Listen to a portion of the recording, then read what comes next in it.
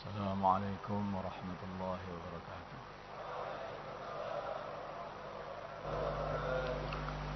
إن الحمد لله نستعينه ونستغفره ونؤمن به ونتوكل عليه ونعوذ به من شرور أنفسنا ومن سيئات أعمالنا. من يهده الله فلا مضل له ومن يضلله فلا هادي له. أشهد أن لا إله إلا الله وحده لا شريك له وأشهد أن محمدا عبده ورسوله. اللهم صل على سيدنا محمد وعلى آل سيدنا محمد وعلى أصحاب سيدنا محمد والتابعين أجمعين. أما بعد. Hadirin yang dimuliakan Allah Subhanahu wa taala.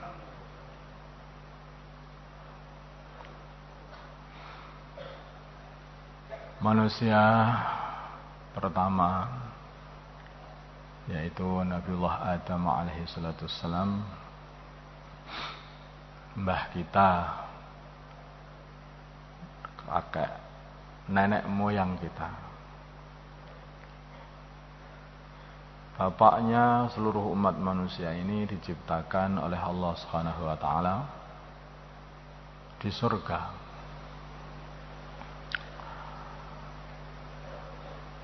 Kemudian Allah Subhanahu wa taala memberi teman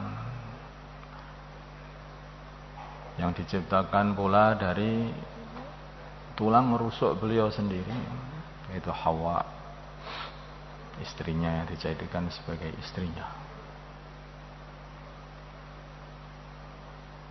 Dan Allah Subhanahu wa taala memberi perintah kepada Nabi Adam, yaitu perintah untuk menjauhi satu pohon yang ada di surga sana. Jangan sampai mendekati pohon ini. Wala taqraba hadhihi asy-syajarata fatakuna minadh dhalimin. Kalian berdua, Adam dan Hawa, janganlah kalian berdua mendekati pohon ini. Kalau mendekati pohon ini, nanti akhirnya kalian akan jadi orang yang menganiaya diri kalian sendiri. Maka hadirin yang dimuliakan Allah Subhanahu wa taala. Tetapi sebelum itu, Allah Subhanahu wa taala telah menciptakan makhluk namanya iblis. Yang mana iblis ini diciptakan dan dikumpulkan bersama para malaikat. Bukan termasuk malaikat, tapi dia ini adalah bapaknya para jin. Kana minal jinni fafasaqa an amri rabbi. Dia termasuk golongan jin, diciptakan dari api. Sedangkan malaikat ini diciptakan dari cahaya, nur. Maka hadirin yang dimuliakan Allah Subhanahu wa taala, tetapi sebelum itu ketika Nabi Adam, Allah Subhanahu wa taala menciptakan Nabi Adam, maka Allah telah memerintahkan seluruh para malaikat dan juga memerintah iblis, setan ini, bapaknya para setan, untuk sujud kepada Nabi Adam alaihissalam. Seluruh para malaikat sujud kepada Nabi Adam. Dikatakan diperintah oleh Allah untuk sujud kepada Nabi Adam, maka ikut perintahnya Allah. Sedangkan iblis ketika disuruh sujud kepada Nabi Adam, tapi tidak mau. Dia tidak mau. Ma mana'aka alla tasjuda idza amartu. Apa yang membuat kamu tidak mau sujud, wahai iblis, ketika aku memerintah kamu supaya sujud kepada Adam? Maka iblis mengatakan, aku ini lebih baik dari Adam. Khalaqtani min nar wa khalaqtahu min tin. Engkau menciptakan diriku dari api dan engkau menciptakan Adam dari tanah.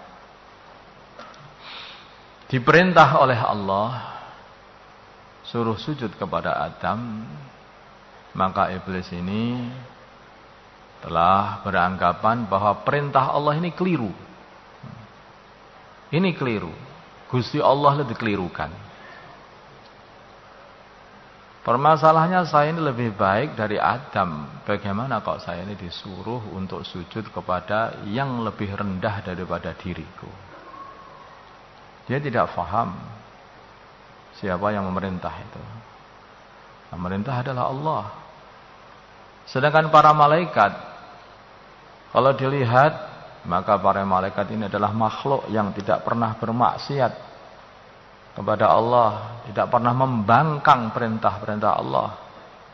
La ya'sunallaha ma amarahum wa yaf'aluna ma yu'marun. Mereka tidak pernah membangkang Allah dan selalu mengamalkan apa yang diperintah. Diperintah apa saja amal, tidak pernah bermaksiat. Bahkan ketika Allah Subhanahu wa taala ingin menciptakan Nabi Adam alaihissalam, menciptakan seorang manusia yang akan jadi khalifah di bumi ini, maka malaikat pun sampai berkata kepada Allah Subhanahu wa taala, apakah engkau akan menciptakan seorang makhluk yang nanti akhirnya malah membuat pertumpahan darah di bumi sana.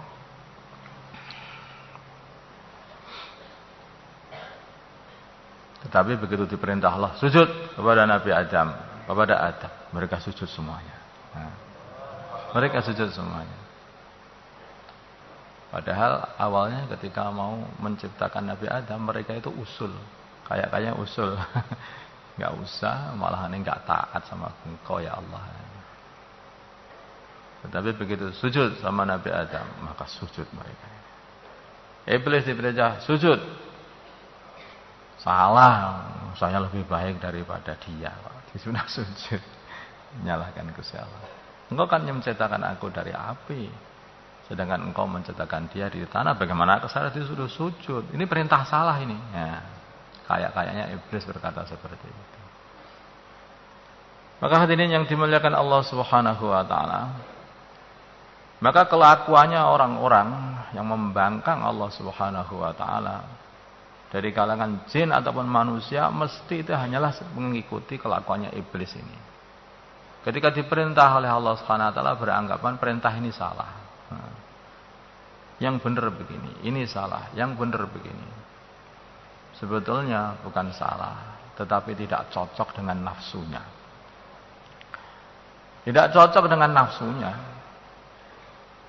Nafsu itu apa? Ya, nafsu itu yang memerintahkan kamu, yang mengajak kamu untuk sak penake dhewe. Nah, itulah nafsu. Sedangkan akal itu yang mengajak kamu untuk taat kepada Allah. Taat kepada Allah. Nafsu itu sak penake dhewe. Pokoknya asal enak, pokoknya enggak peduli itu halal apa haram, amblas. Itulah nafsu. Itulah maka akhirnya nafsu itu bekerja sama dengan setan. Bekerja sama dengan setan. Akhirnya godaan setan ditambah lagi keinginan nafsu, itu jadi kuat untuk mengajak manusia ini tidak taat kepada Allah, bermaksiat kepada Allah Subhanahu wa taala. Maka hadirin yang dimuliakan Allah Subhanahu wa taala, setan faham bahwa Allah Subhanahu wa taala menciptakan manusia ini dikasih dalam dirinya juga nafsu. Ada nafsu juga, kepinginan-kepinginan. Hawa nafsu, keinginan-keinginan dirinya. Maka begitu Nabi Adam alaihi salatu wassalam sudah dikasih yaitu larangan untuk tidak mendekati pohon yang ada, satu pohon yang ada di surga sana. Maka iblis melewati seekor ular, yang ular itu berkata kepada Hawa, dan Hawa itu berkata kepada Nabi Adam, itu mengatakan, silsilahnya panjang sekali pada silsilah keburukan ini, mengatakan bahwa kalau kamu makan pohon larangan ini, bagian dari pohon larangan ini, maka kamu nanti akan menjadi malaikat atau akan langgeng selamanya di surga. Menjadi orang yang langgeng, tidak akan mati lagi. Maka hadirin yang dimuliakan Allah Subhanahu wa taala, ada nafsu, ada keinginan, ada iming-iming. Sebetulnya sudah ada larangan, tapi ada iming-iming. Dan kadang-kadang iming-iming itu kayaknya adalah suatu perkara yang baik. Kalau dipikir, kalau seseorang ini menjadi malaikat, maka malaikat adalah makhluk Allah yang suci, yang tidak pernah bermaksiat. Ini menguntungkan. Ini menguntungkan.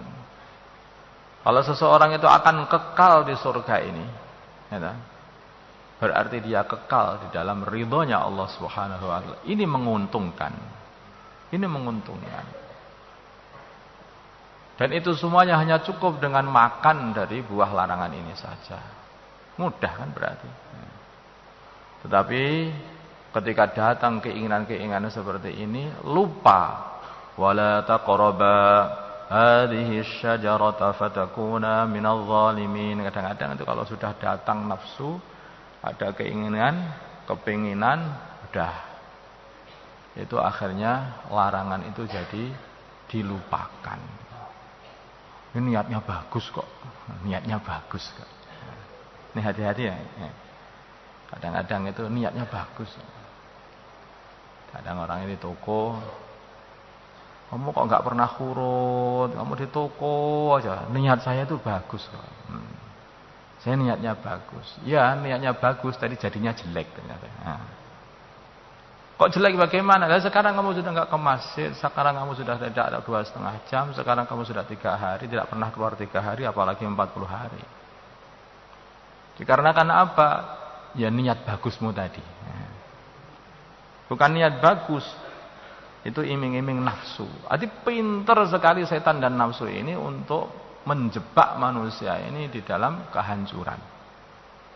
Menjebak manusia dalam kehancuran. Bahkan kalau kita ini bertemu dengan teman kita yang berbuat maksiat, maka langsung nanti setan dan nafsu itu akan memberi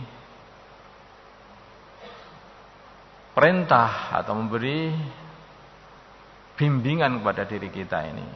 Apa bimbingannya? Hati-hati, jangan kasar sama teman. Nanti akhirnya kalau dia nanti marah, kamu gak punya teman. Orang itu harus yang lembut. Nah, kelihatannya baik. Apa yang terjadi?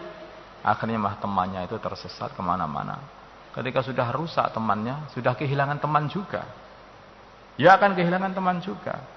Dulu dia bareng-bareng ke masjid, sekarang sudah tidak ada lagi di masjid. Dulu bareng-bareng untuk berdakwah, sekarang tidak ada lagi berdakwah. Dulu bareng-bareng menghidupkan agama, menghidupkan amalan agama, sekarang tidak lagi menghidupkan agama. Hanya gara-gara apa? Katanya, yang lembut biarkan saja, yang lembut. Maka hadirin yang dimuliakan Allah Subhanahu wa taala, apa yang terjadi? Begitu Nabi Adam alaihi salatu wassalam memakan buah larangan tadi, yang terjadi ternyata betul, akhirnya kehidupan di surganya itu malah jadi berantakan semuanya. Diusir oleh Allah Subhanahu wa taala dari surga menuju dunia ini. Yang dulunya makan, minum tanpa harus memasak, tanpa harus menanam. Tetapi setelah di dunia mau makan gitu saja harus menunggu 4 bulan.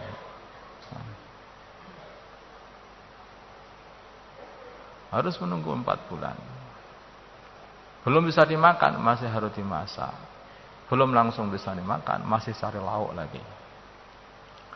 Maka hadirin yang dimuliakan Allah Subhanahu wa taala, inilah kehidupan jadi susah luar biasa di dunia ini. Padahal dulunya adalah kehidupannya begitu mudah. Hanya gara-gara yaitu mendurhakai perintah Allah Subhanahu wa taala. Sebetulnya ini adalah bekal untuk Nabi Adam ketika memang Nabi Adam diciptakan untuk di bumi ini, untuk melahirkan kita-kita ini semuanya, ya. Tapi sebelumnya dikasih bekal. Bekalnya satu, yaitu bermaksiat kepada Allah Subhanahu wa taala, mendurhakai perintah Allah ini hasilnya adalah kesengsaraan. Itu aja. Makanya anak cucu kita ini biar faham. Ini semua orang seluruh dunia yang beragama semuanya faham ini. Semua faham ini. Bahwa dulu mbahnya yaitu Nabi Adam alaihissalam hanya gara-gara mendurhakai Allah Subhanahu wa taala, hasilnya hidupnya disengsara sampai sekarang ini. Maka hadirin yang dimuliakan Allah Subhanahu wa taala, akhirnya Allah Subhanahu wa taala mengirimkan utusan-utusan para nabi, para rasul, supaya para utusan ini membimbing anak Adam ini supaya anak Adam ini kembali lagi taat kepada Allah. Dan selalu diingatkan, setiap para nabi yang datang mesti mengingatkan, dulu mbahmu keluar dari surga gara-gara mendurhakai Allah. Semua para nabi mulai zaman dulu sampai sekarang mesti mengingatkan ini.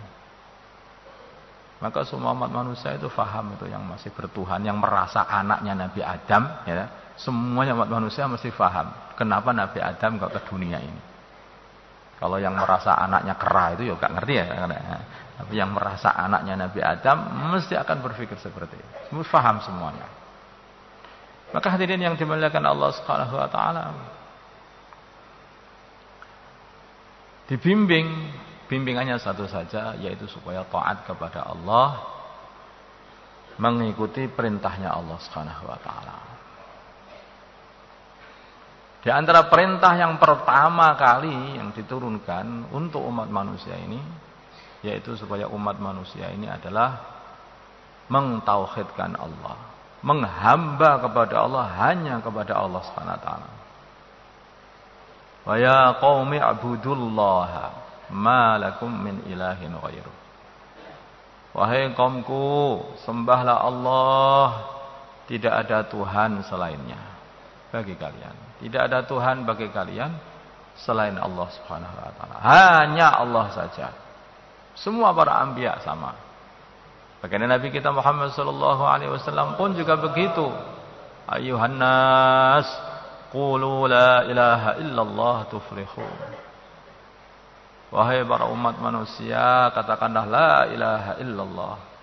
Tidak ada Tuhan yang berhak disembah, ditaati, dikawulani illallah, kecuali Allah Subhanahu wa taala. Ini perintah pertama. Artinya apa kalau ini dijadikan perintah pertama? Karena dasar dari agama ini ketaatan. Kalau nggak ada ketaatan, nggak ada gunanya beragama. Ketaatan. Gara-gara tidak taat itulah maka sengsara umat manusia ini semuanya. Dulu di surga nggak taat, jadi di dunia ini. Kalau nanti taat lagi ketika di dunia ini, maka akan kembali lagi ke surga. Kalau tidak mau taat lagi, tambah lagi dari dunia ini, tambah sengsara lagi di neraka. Nah, ya begitu umat manusia. Makanya akhirnya dunia dijadikan tempat ujian. Dijadikan tempat ujian. Dulunya enak, tidak taat, jadi tidak enak. Kalau taat lagi, nanti kembali lagi enak. Kalau tambah tidak taat lagi, akan ditambahi ketidakenakannya lagi. Maka hadirin yang dimuliakan Allah Subhanahu wa taala, semua umat manusia anak Adam didatangi oleh para anbiya ini supaya mereka itu taat kepada Allah, datang ke sana, datang ke sini, siang dan malam mengatakan sembahlah Allah, tobatlah kepada Allah. Tobatlah kepada Allah, jangan menyekutukan Allah. Nabi Nuh alaihi salatu wassalam datang kepada anak Adam ini.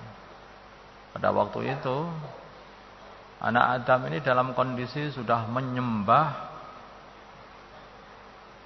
selain Allah Subhanahu wa taala, mengsekutukan Allah. Mereka ini mempunyai tokoh-tokoh agama dulunya. Orangnya namanya Wad, Suwa, Yaghus, Ya'uq, Nasr. mereka ini adalah para wali-walinya Allah Subhanahu wa taala, orang-orang yang soleh. Karkun lama. Orang dakwah pahamnya karkun lama. Mereka diunggul-unggulkan. Nah, mereka diunggul-unggulkan. Oh, ini si fulan jasanya ini, si fulan jasanya ini, si fulan suane mandi, si fulan ini ahli ini, terus diunggul-unggulkan. Tetapi ganti generasi bukan hanya mengunggulkan, ganti lagi generasi, sampai akhirnya mereka ini 5 orang ini disembah. Wajwa, Yahus, Ya'uq, Nasr. 5 orang ini disembah pada zamannya Nabi Nuh alaihissalam. Sampai disembah. Manusia disembah. Nanti kalau zaman sekarang ada manusia yang disembah. Nabi Isa. Maka zaman Nabi Nuh pun juga ada manusia yang disembah. Yaitu Wad, Suwa, Yahus, Ya'uq, Nasr. Memang begitu. Awalnya dikagumi sampai disembah. Dibuatkan patung di mana-mana. Di mana-mana dibuatkan patung. Nah itulah maka Nabi Nuh alaihissalam pengen mengembalikan umat supaya mereka kembali lagi menyembah Allah Subhanahu wa taala. Tetapi yang ikut Nabi Nuh tidak banyak. Akhirnya Allah Subhanahu wa taala kasih ilham kepada Nabi Nuh, kasih wahyu kepada Nabi Nuh bahwa yang beriman dari kaummu ini ya hanya orang-orang itu saja, tidak akan bertambah lagi, yang lain semuanya akan aku hancurkan. Maka hadirin yang dimuliakan Allah Subhanahu wa taala, akhirnya hancurlah mereka. Pol-polanya orang yang tidak beriman itu apa? Ya dihabisi oleh Allah, gitu saja. Kalau tidak di dunia, ya nanti di akhirat. Tapi kalau sudah datang dai, maka kok dia tidak mengikuti dakwahnya seorang dai ini, maka mesti akan dihancurkan oleh Allah. Maka hadirin yang dimuliakan Allah Subhanahu wa taala, berapa lama Nabi Nuh alaihissalam berdakwah? Beliau berdakwah itu 950 tahun. Umurnya 1000 tahun. Setelah umur 50 tahun mulai berdakwah. 950 tahun. Waktu yang cukup lama. Lama sekali. Dan sabar sampai 950 tahun.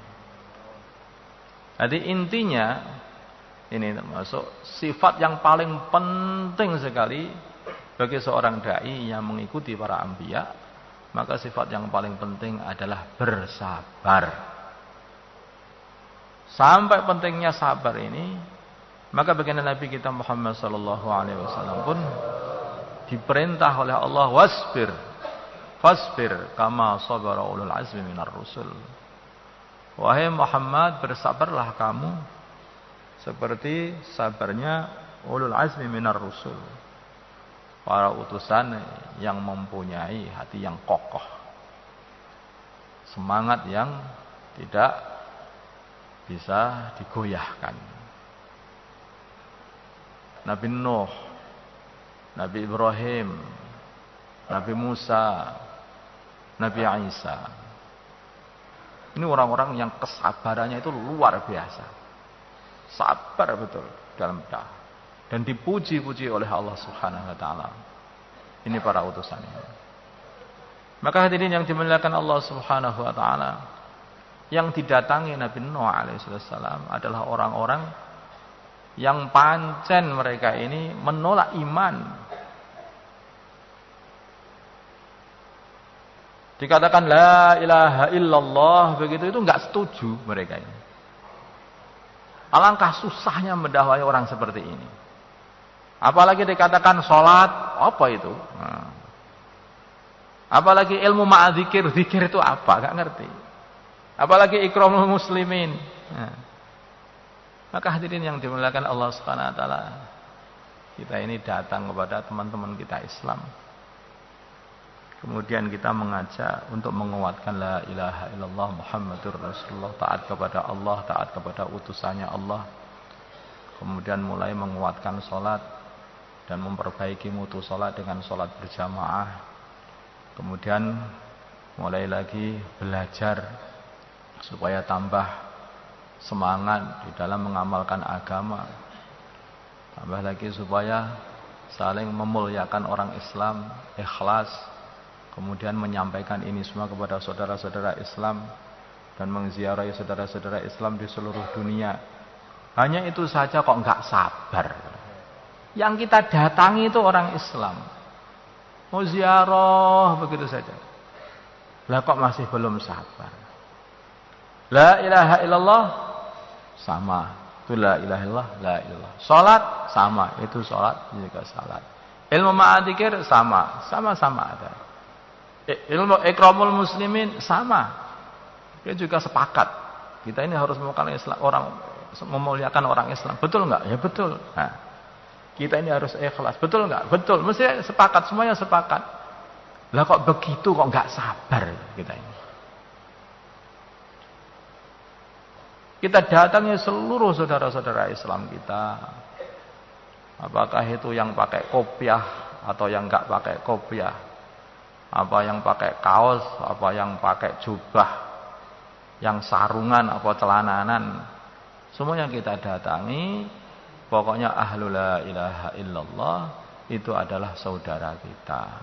Kalau dakwah kita kan hanya begitu aja sebetulnya. Tabligh ini. Maka saya ceritakan bagaimana susahnya dakwahnya para anbiya. Harus mendatangi orang yang mereka itu sudah betul-betul ini jauh dari agama. Betul-betul jauh dari agama. Tapi mereka sabar. Bagaimana kita mau dakwah saja itu kok kita pilih-pilih. Jadi si fulan itu temanku, yang fulan aku rada pegel karo kuwi wis gah gak tak dakwahi kuwi. Itu si fulan, ini dakwah apa yang seperti ini? Nabi kita Muhammad sallallahu alaihi wasallam adalah rahmatan lil alamin. Beliau diutus untuk seluruh alam. Bukan untuk golongan-golongan. Bukan untuk orang khusus, orang Temboro juga tidak. Tapi rahmatan lil alamin. Maka kita ini harus menjaga hubungan baik dengan seluruh orang Islam. Mendatangi semua orang Islam dan mereka adalah saudara-saudara kita semuanya. Itu orang Islam. Kayak apa susahnya dulu para anbiya di dalam berdakwah. Nah, hadirin yang dimuliakan Allah Subhanahu wa taala, akhirnya ngumpul dari dakwahnya Nabi Nuh alaihi salam sekitar orang 80 orang. Yang akhirnya mereka ini diselamatkan oleh Allah dengan naik kapal yang dibuat oleh Nabi Nuh alaihi salam atas perintahnya Allah Subhanahu wa taala. Mereka masuk dalam kapal itu. Semuanya masuk dalam kapal itu. Akhirnya selamat. Kalau betul ceritanya bahwa seluruh dunia itu semuanya ketika banjir itu habis semuanya, maka pada waktu itu seluruh dunia itu setelah banjir itu hanya ditempati dunia ini oleh orang Islam saja. Yaitu Nabi Nuh dan santri-santrinya. Rukun begitu. Guyub rukun. Maka dikatakan juga bahwa akhirnya itu pengikut-pengikut Nabi Nuh alaihi salam, santri-santri beliau, murid-murid beliau ini pun sudah keturunannya habis, yang tinggal hanyalah keturunannya Nabi Nuh alaihi salam. Kalau itu betul, maka artinya seluruh orang yang hadir ini adalah keturunannya Nabi Nuh alaihi salam, seorang yang pernah sabar dakwah selama 950 tahun. Lah putune 40 dina ora kuat. Ngono lho ngaku putune. Maka hadirin yang dimuliakan Allah Subhanahu wa taala. Begitu kumpul manusia ini. Tambah banyak orang Islam, tambah banyak dari keturunan Nabi Nuh alaihissalam. Tambah banyak lagi, tambah banyak lagi, tambah banyak lagi. Ya, seperti halnya kelas. Kalau dalam satu kelas, itu kelasnya itu sedikit, mudah dikendalikan. Siapa yang nakal, maka langsung dipanggil, dinasihati. Tapi begitu banyak, maka akan semakin susah pengendaliannya. Kalau kelas itu 500 orang, maka ada aja yang nggak masuk itu. Maka mereka itu paham, nggak masuk, nggak ketahuan, sudah nggak bisa diabsen ini, sudah nggak bisa diabsen. Masya Allah. Jadi ingat kalau masalah absen ini. Ingat baginda Nabi Muhammad SAW ketika awal-awal beliau itu masuk ke Madinah. Maka beliau hijrah ke Madinah dan diikuti pula oleh para sahabat dari Mekah yang hijrah ke Madinah. Maka mereka orang-orang yang hijrah ke Madinah ini disaudarakan dengan orang Madinah. Fulan dengan fulan, dari fulan muhajir dengan fulan sahabat Ansor. Fulan muhajir dengan fulan sahabat Ansor. Disaudarakan seperti itu supaya saling mengabsen. Supaya saling mengabsen. Itu usaha baginda Nabi supaya umat ini enggak kocar-kacir. Maka satu sama lain supaya tawasau bil haq dan tawasau bis sabr, saling ingat mengingatkan. Maka dikatakan dalam kitab Hayatus Sahabah yang sering kita baca itu, tidak pernah terjadi sampai sahabat-sahabat pada waktu itu kok tidak bertemu dengan saudaranya lebih dari 3 hari. Belum sampai 3 hari, ini mana kok nggak ketemu aku ini. Cari kemana-mana sampai dicari di luar Madinah. Kalau nggak ada di rumah, dicari di luar Madinah. Coba, satu mahalah, satu jamaah masjid, setahun nggak pernah bertemu, tanah nggak pernah ziarah 2,5 jam. Siapa yang salah ini? Belas nggak sama dengan sahabat kalau yang seperti itu. Pendidikannya baginda Nabi nggak seperti itu. Harus saling ziarahi, selalu bertemu dengan saudaranya. Tidak boleh kelewat 3 hari kecuali mesti sudah bertemu saudaranya di mana. Akhirnya umat itu terabsen. Kenapa ada orang-orang Islam yang murtad? Karena tidak pernah diziarahi saudara Islamnya.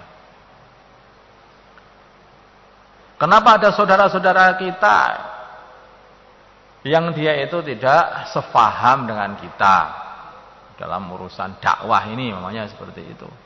Itu dikarenakan kita ini jarang menziarahi saudara kita. Maka hadirin yang dimuliakan Allah SWT, penting sekali ziarah, jangan pilih-pilih orang. Semakin kita ini memilih-milih orang, maka akan semakin mengecil kerja baginda Nabi ini. Dan itu tidak diajarkan oleh baginda Nabi. Coba baginda Nabi kita Muhammad SAW, beliau itu mau masuk ke Mekah. Beliau masuk ke Mekah. Tetapi oleh orang Mekah nggak boleh. Padahal beliau itu mau umrah atau haji. Tapi nggak boleh. Terjadilah perjanjian Hudaybiyah pada waktu itu. Kemudian baru beberapa tahun begitu saja, Masya Allah, itu jumlah umat Islam sudah berlipat-lipat, sudah 10.000 lebih. Jadi pergerakan dakwah baginda Nabi itu betul-betul kenceng. Sana sini, tidak ada habis-habisnya. Hanya beberapa tahun. Maka sudah begitu banyak. Sampai akhirnya Persia masuk Islam, Romawi masuk Islam, Afrika sana. Sampai 2/3 dunia ini semuanya kenal Islam. Paham Islam. Menghamba kepada Allah. Menyembah Allah. Anaknya Nabi Adam. Tapi kalau kita ini dakwah, pemikiran kita ini adalah, ayo ikut aku, sudah sini saja. Yang sana itu musuhku, jangan ikut sana. Ini dakwah. Wah, ini bukan dakwah yang diajarkan oleh baginda Nabi.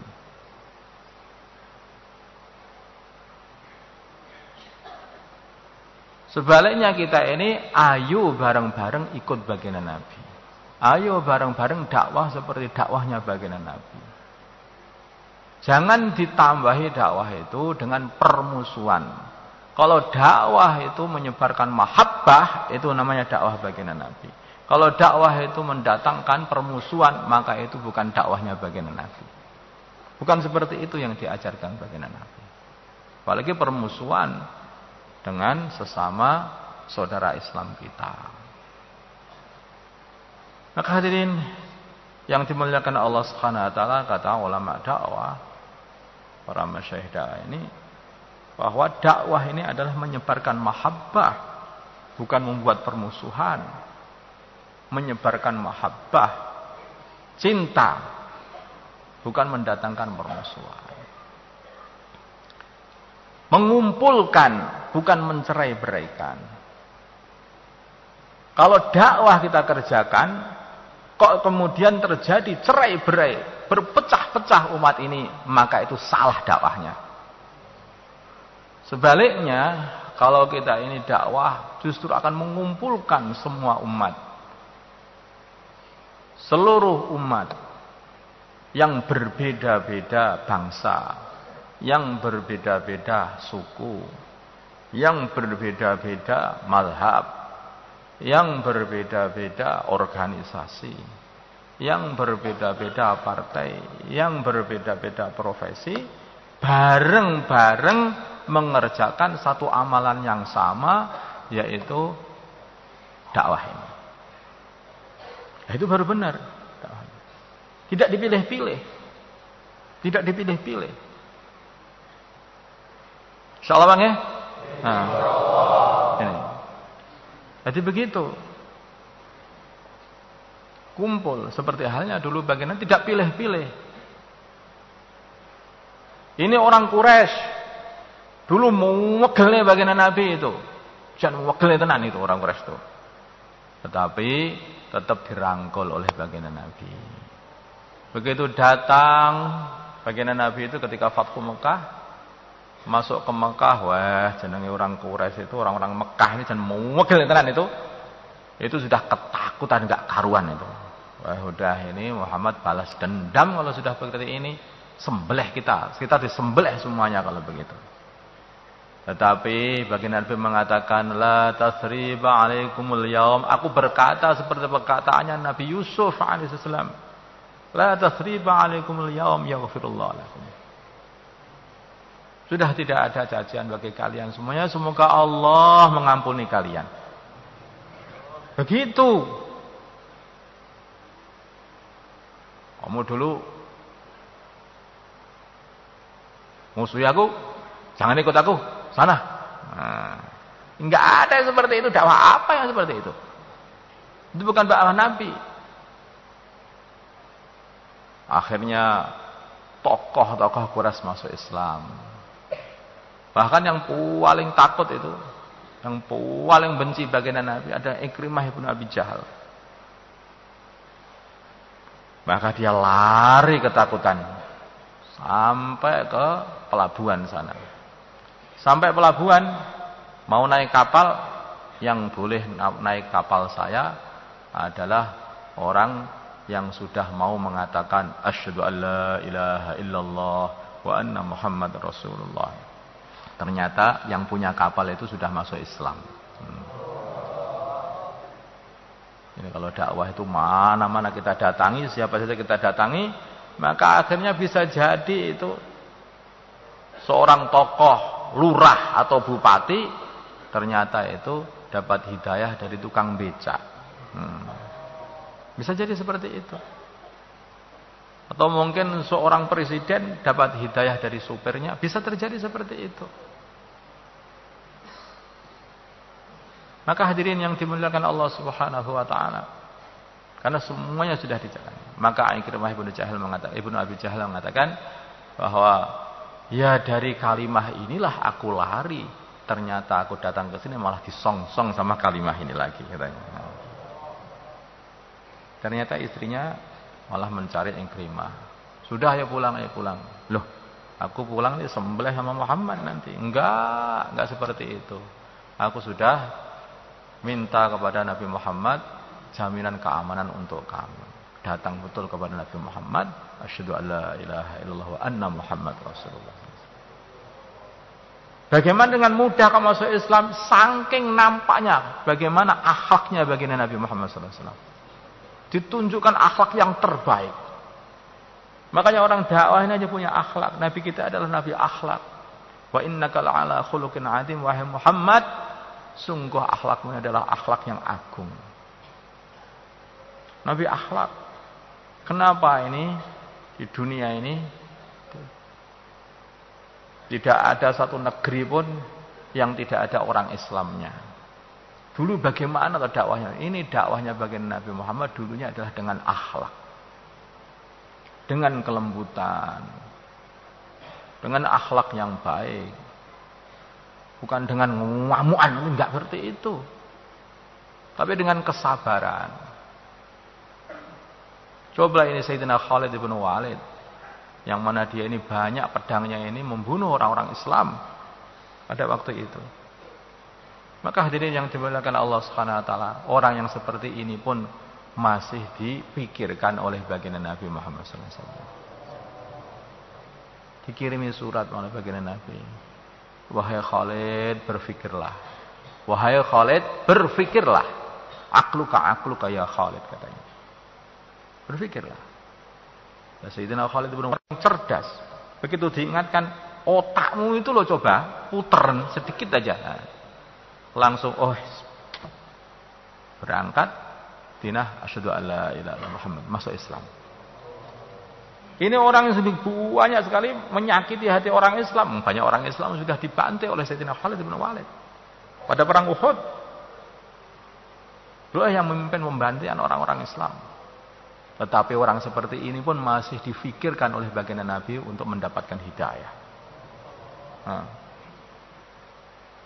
Orang kafir padahal itu. Maka hadirin yang dimuliakan Allah Subhanahu wa taala, orang kafir pun dengan kelembutan, dengan akhlak akan jadi teman. Apalagi kalau dengan orang Islam, teman-teman kita. Masya Allah. Mereka orang Islam, mereka saudara kita. Maka kita harus mempunyai hati yang bersih kepada saudara kita. La tadkhulunal jannata hatta tu'minu wa la tu'minu hatta tahabu. Awala adullukum ala syai'in idza fa'altumuhu tahabbtum afsus salama bainakum. Kalian semua tidak akan masuk surga kecuali kalian semuanya beriman, dan kalian semua tidak akan sempurna imannya sehingga kalian saling cinta mencintai. Saling cinta mencintai. Tidak ada yang dipilih di kalangan para sahabat baginda Nabi, semuanya dicintai oleh baginda Nabi.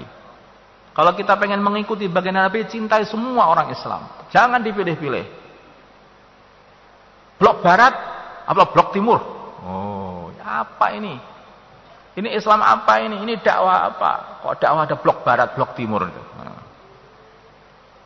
Maka tidak ada seperti itu. Semua orang Islam adalah saudara kita. Sampai para sahabat baginda Nabi Muhammad SAW mengatakan, sehingga kalau bertemu dengan baginda Nabi, mesti baginda tersenyum, sampai mereka merasakan yang paling dicintai baginda Nabi adalah aku. Semuanya mengatakan seperti itu. Setiap orang ditemui baginda Nabi dengan sambutan yang baik, akhlak yang baik. Baginda Nabi itu kok betul-betul cinta sama aku.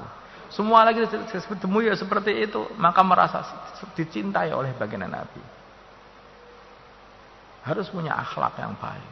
Didatangi semua saudara-saudara kita. Jangan ada blok-blokan yang seperti itu. Tidak ada blok-blokan. Jangan dipecah-pecah umat Islam ini. Kalau umat Islam ini dipecah-pecah, nanti akhirnya dipecah. 1 menjadi 2, 2 menjadi 4, 4 menjadi 8, 8 menjadi 16, terus dipecah-pecah, tidak ada habis-habisnya. Nah, akhirnya kemana? Ke rumah masing-masing. Jadinya hanya itu saja. Sampai rumah pun sama setan masih dipecah lagi. Pegatan karo bojone. Nah. Tinggal rumah, tinggal sama anaknya. Sama anak pun dipecah lagi. Waduh pisan karo anake. Nah. Nggak ada habis-habisnya, Pak. Jangan mau dipecah kita ini. Kita jangan mau dipecah-pecah oleh setan. Maka justru kita akan membuat hubungan-hubungan dengan seluruh umat Islam di seluruh dunia. Ini cita-citanya seperti itu. Silaturahim ke seluruh dunia. Masya Allah. Tadi ada satu jamaah yang pengen berangkat ke Amerika katanya itu. Minta didoakan. Alhamdulillah kok yang masih ada orang yang mau menziarahi saudara Islamnya di sana. Masya Allah. Pikirkan seperti itu. Ziarah semua orang Islam di seluruh dunia. Jangan berpikir hanya lokal saja. Yang penting pokoknya Temboro saja. Yang lain jangan. Enggak usah. Loh ini namanya enggak seperti itu. Dakwah baginda Nabi bukan Mekah saja. Dakwah baginda Nabi bukan Madinah saja.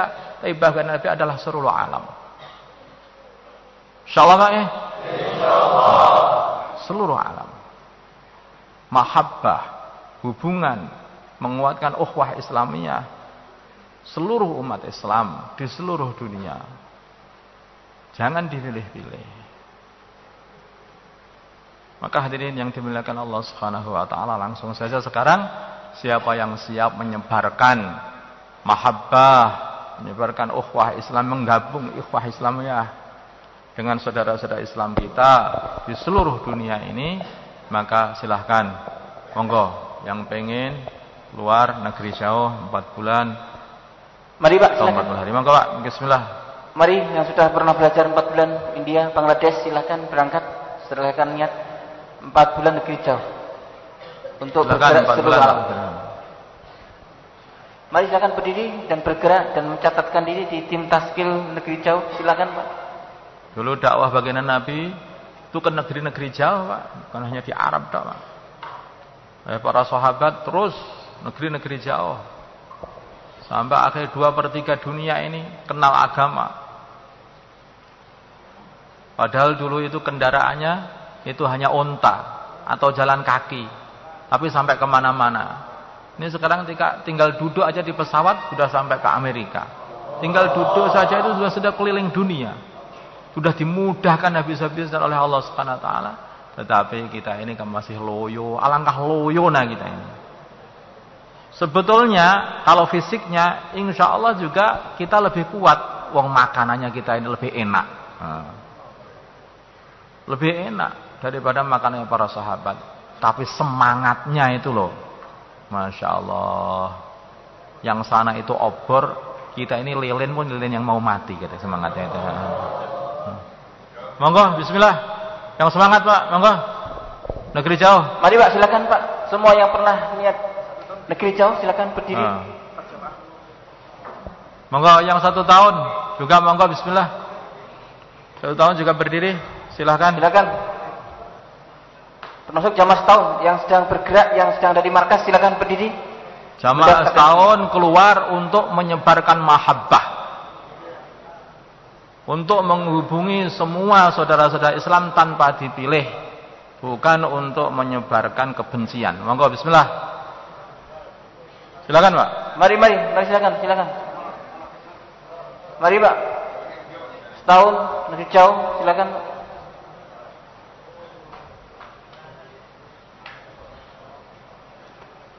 Monggo, bismillah. Silakan.